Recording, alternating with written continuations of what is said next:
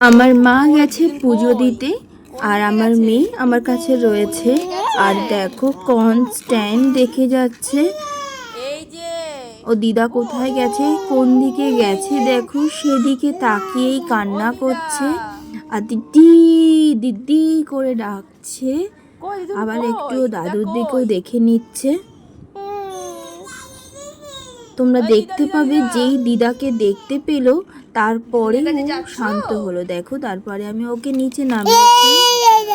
আর এইদিকে দেখো আমার মেয়ে এতটা উঁচু জায়গা দেখতে পাচ্ছ, দেখো ও একা একাই পাড়ি দিয়ে হেঁটে হেঁটে ও দিদার কাছে যাচ্ছে। দেখো তোমাদেরকে দেখাই আমি, দেখো ও কিন্তু হামা দিতে দিতে যাচ্ছে ও দিদা কোথায় আছে সেটা দেখার জন্য। দেখো পুজো করছে মা, ঠিক সেখানে চলে গেছে দিদাকে খুঁজতে।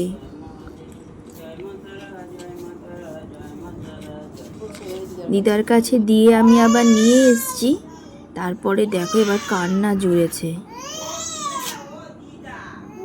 যেহেতু মা পুজো করছেন সঙ্গে সঙ্গে নিয়ে আসলাম গিয়ে, তাহলে তাড়াতাড়ি করে পুজো দিয়ে মা আসতে পারবে। দেখো মা তৎক্ষণাৎ খুব তাড়াতাড়ি করে পুজো করে চলে এসেছে, যেহেতু নাতনি কাঁদছে।